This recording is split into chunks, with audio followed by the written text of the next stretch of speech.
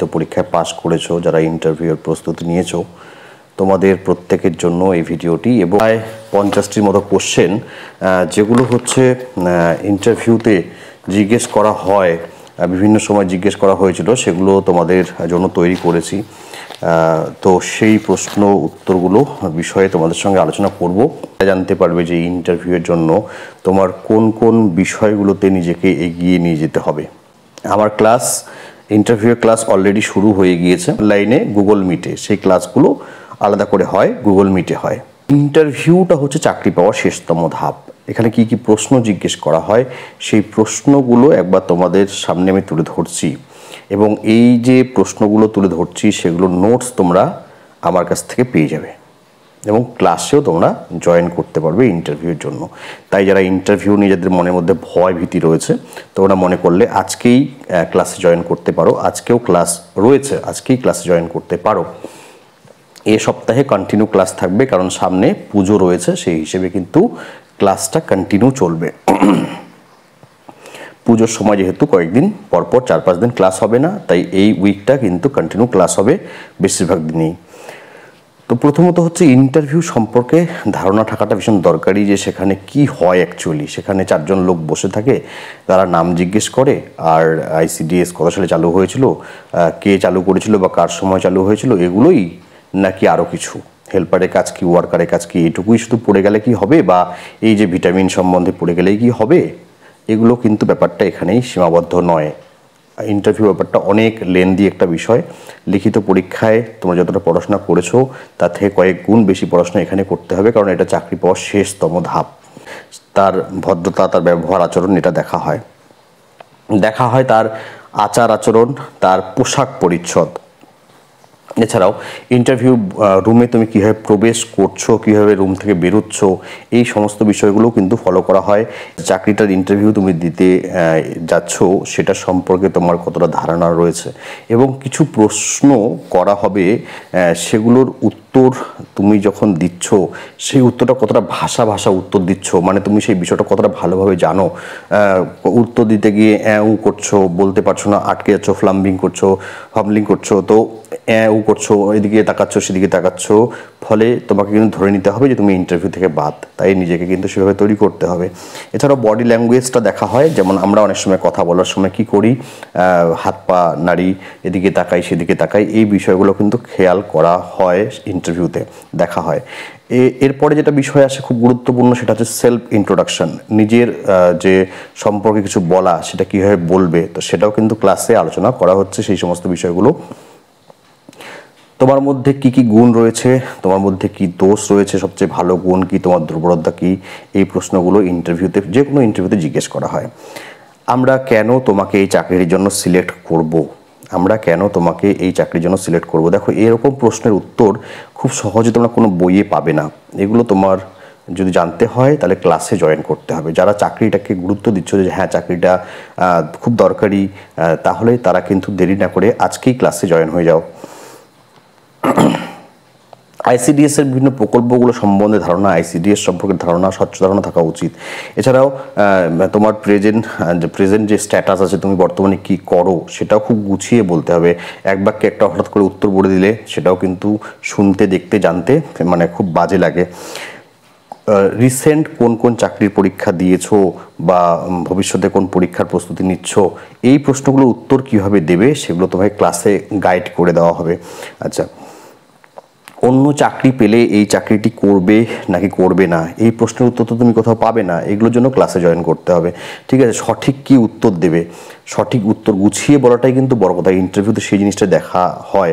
তুমি যদি বলো হ্যাঁ স্যার ছেড়ে দেবো, কিন্তু কেন ছাড়বে, আর তারপরের বিষয়গুলো কি, সেগুলো তোমার জানতে হবে যদি তুমি ভালো ইন্টারভিউ দিয়ে হাসি মুখে ইন্টারভিউ বোর্ড থেকে বেরিয়ে আসতে চাও।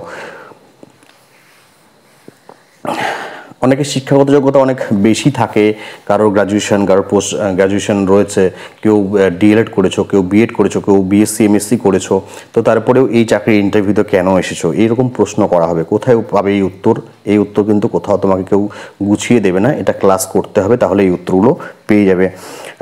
কেন অন্য চাকরি চেষ্টা করেননি, এই প্রশ্নটাও করা হয়। কেন অন্য চাকরি, অনেকেই বলবেন না স্যার অন্য কোনো চাকরির চেষ্টা করিনি, অন্য কোনো পরীক্ষা দেয়নি, তাহলে সেই প্রশ্নটা করা হবে কেন অন্য চাকরির চেষ্টা করোনি। তো সেই উত্তর তোমাকে ক্লাসে বুঝিয়ে দেওয়া হবে। বিএড ডিএলএড থাকলে সেটাকে কীভাবে এখানে কাজে লাগাবে, এই চাকরির ক্ষেত্রে তোমার বিএড ডিগ্রি আছে তো সেটাকে কীভাবে কাজে লাগাবে, ইমপ্লিমেন্ট কীভাবে করবে, সেই উত্তর তুমি ক্লাসে পাবে। আপনি ওয়ার্কার, তো হেল্পারের কাজগুলো বলুন, অথবা আপনি হেল্পার পদে ইন্টারভিউতে এসেছেন, তো ওয়ার্কারের কাজগুলো কী কী সেগুলো বলুন। আশা করি এটা তোমরা জানো, কিন্তু ওই যে 2-3 লাইন বলে থেমে যাওয়া, সেরকম উত্তর কিন্তু তারা এক্সপেক্ট করছেন না। তুমি হয়তো ভাবলে যে আমাকে জিজ্ঞেস করেছো ওয়ার্কারের কাজ, আমি বলতে পেরেছি, কিন্তু তুমি কি বলেছো সেটা বড় কথা, কীভাবে বলেছো, তোমার প্রেজেন্টেশনটা কী ছিল সেটা অনেক বড় কথা। এই প্রেজেন্টেশনটা তোমাকে শিখিয়ে দেওয়া হবে যে কীভাবে উত্তর করলে তোমার উত্তরটা অন্যদের থেকে কোয়ালিটিতে অনেক বেশি এগিয়ে থাকবে। তোমরা অনেকেই অনেক কিছু বিষয়ে জানো, তারপরেও অনেকের অনেক গাইডেন্সের দরকার রয়েছে, তো সেই গাইডেন্সটা তোমরা পাবে আমার ক্লাস থেকে, তোমরা সেই গাইডেন্সটা পাবে। গর্ভবতী মায়েদের হচ্ছে কোন কোন বিষয়ে সাবধান হওয়া উচিত, বাড়িতে সন্তান প্রসব করার ক্ষেত্রে কি কি রিস্ক আছে, গর্ভবতী মাকে কি কি খেতে পরামর্শ দেবেন। নেক্সট হচ্ছে নবজাতকের যত্ন কীভাবে নেবেন। এগুলো হয়তো তোমরা গুগল ঘেটে বা অন্য কোনো বই থেকে হয়তো পেয়ে যাবে, কিন্তু এই যে তোমাদের কাছে সংকীর্ণ সময় রয়েছে, এই কম সময়ের মধ্যে এত কিছু ঘেটে বের করা, সেটা কিন্তু সত্যি চাপের। ঠিক আছে, তাই মাত্র 499 টাকা দিয়ে তোমরা নোটগুলোও যেমন পেয়ে যাচ্ছ, ঠিক তেমনই যে সমস্ত বিষয়ের উপর নোট নেই, যেগুলো আলোচনাধর্মী প্রশ্ন, সেগুলো কিন্তু ক্লাসে ডেইলি বেসিস সেগুলো আলোচনা করা হচ্ছে। গর্ভবতীর পুষ্টি সম্পর্কে বলুন, পুষ্টি কাকে বলে, পুষ্টির পর্যায়গুলো কী কী, সুষম খাদ্য বলতে কী বোঝো বা বোঝেন, প্রাণীজ উদাহরণ দিন, উদ্ভিজ্জ উদাহরণ দিন। আইসিডিএস সেন্টারে কাদের পরিষেবা দেওয়া হয়, কি কি পরিষেবা দেওয়া হয়, এগুলো উত্তর অনেকেই জানে কিন্তু ভালো করে গুছিয়ে বলতে পারে না। অনেকেই এগুলোর উত্তর জানে কাদের পরিষেবা দেওয়া হয়, কিন্তু সে একটা বললো, দুটো বললো, 3 নম্বরটা সে আর বলতে পারছে না। তো এগুলো জিনিস কিন্তু ক্লাসে ধরিয়ে দেওয়া হবে, তোমার সমস্যাগুলো সমাধান ক্লাসে করিয়ে দেওয়া হবে। তারপরে হচ্ছে কি, খাবারের টিকটিকি পড়েছে তো তারপরে তুমি কি করবে, বা খাবার খেয়ে বাচ্চারা অসুস্থ হয়েছে তো তুমি কি করবে, চালে পোকা ধরেছে তুমি কি করবে, এই ধরনের প্রশ্নগুলো তো করা হয়ই। ঠিক আছে, এগুলোর ভিডিও দিয়ে একটা আমাকে চ্যানেলে পেয়ে যাবে, কিন্তু সবগুলো ভিডিও তো চ্যানেলে দেওয়া সম্ভব হয়নি, কিছু জিনিস কিন্তু ক্লাসে করানো হয়। শিশুদের প্রয়োজনীয় পুষ্টি বলতে কী বোঝো, শিশুদের সুস্থতা শারীরবৃত্তীয় বৃদ্ধি বলতে কী বোঝো, সুস্থতা ও শারীরিক বৃদ্ধি বলতে কী বোঝো, শিশুদের প্রোটিন ও ক্যালোরির অভাবজনিত পুষ্টি বলতে কী বোঝো, বা খাদ্যের অভাবে শিশুদের মধ্যে বিভিন্ন রোগের যে আক্রমণ হয় সেগুলো সম্পর্কে বলো, প্রসূতির প্রয়োজনীয় খাদ্য, শিশুদের খাওয়ানোর পদ্ধতি, শিশুর চোখের যত্ন, আমাদের শরীরে সূর্যালোকের গুরুত্ব কী রয়েছে, খাদ্য তালিকায় ভিটামিনের গুরুত্ব কী রয়েছে, সন্তান প্রদানকারী মহিলাদের জন্য প্রয়োজনীয় সুষম খাদ্য কি, আমব্রেলা আইসিডিএস কি, লাল বাচ্চা কি, হলুদ বাচ্চা কি, সবুজ বাচ্চা কি, কোথায় পাবে এগুলো? কোথাও এগুলো গুছিয়ে বলে দেওয়া নেই, এগুলোর জন্য ক্লাস করতে হবে। ঠিক আছে, তারপরে কি, বাল্যবিবাহ রোধ কীভাবে করবেন। বাল্যবিবাহ যেটা এখন খুব একটা বড় ভাইটাল সমস্যা, আমাদের সমাজের একটা বার্নিং প্রবলেম, হ্যাঁ, যেটা হচ্ছে আন্ডার এজ ম্যারেজ যেটা হচ্ছে। তো এই সমস্যা সমাধানে ওয়ার্কার হিসেবে তুমি কি করবে, বা হেল্পার হিসেবে তুমি কি করবে। বাচ্চারা আইসিডিএস সেন্টারে আসে না, তো সেক্ষেত্রে তোমার ভূমিকা কি হবে। 18 বয়সের নিচে বিয়ে হলে কি কি সমস্যা হতে পারে, এই ধরনের প্রশ্নগুলোও কিন্তু আইসিডিএসে করা হয়। তো আমি দেখো যে সমস্ত ভিডিওগুলো তোমরা ইউটিউবে পাবে, সেগুলোতে এরকম যেগুলো আলোচনাধর্মী কোশ্চেন, সেগুলোর কিন্তু উত্তর কোনো চ্যানেলে কোনো ভিডিওতে তোমরা পাবে না। আমার চ্যানেলে কয়েকটা ভিডিওতে তোমরা আশা করি পেয়ে যাবে। এবার বাকি যেগুলো চ্যানেলে দেওয়া হয় সেগুলো হচ্ছে শর্ট কোশ্চেনগুলো দেওয়া হয়, যেগুলো হচ্ছে এক কথায় উত্তর, সেগুলোই হচ্ছে সকলেই আমরা ভিডিওতে শেয়ার করি। কিন্তু এই যে আলোচনাধর্মী প্রশ্নগুলো, এগুলো যদি তোমার নলেজ না থাকে, তাহলে কিন্তু ইন্টারভিউ ওই দুটো প্রশ্নের সঠিক উত্তর তুমি হয়তো দিয়েছো, কিন্তু যখনই তোমাকে একটু বড় কোশ্চেন ধরেছে তখনই তুমি এদিক সেদিক তাকাচ্ছ, বলতে পারছো না, সেটা কিন্তু তোমাকে ধরে নিতে হবে যে তুমি ইন্টারভিউ থেকে বাদ।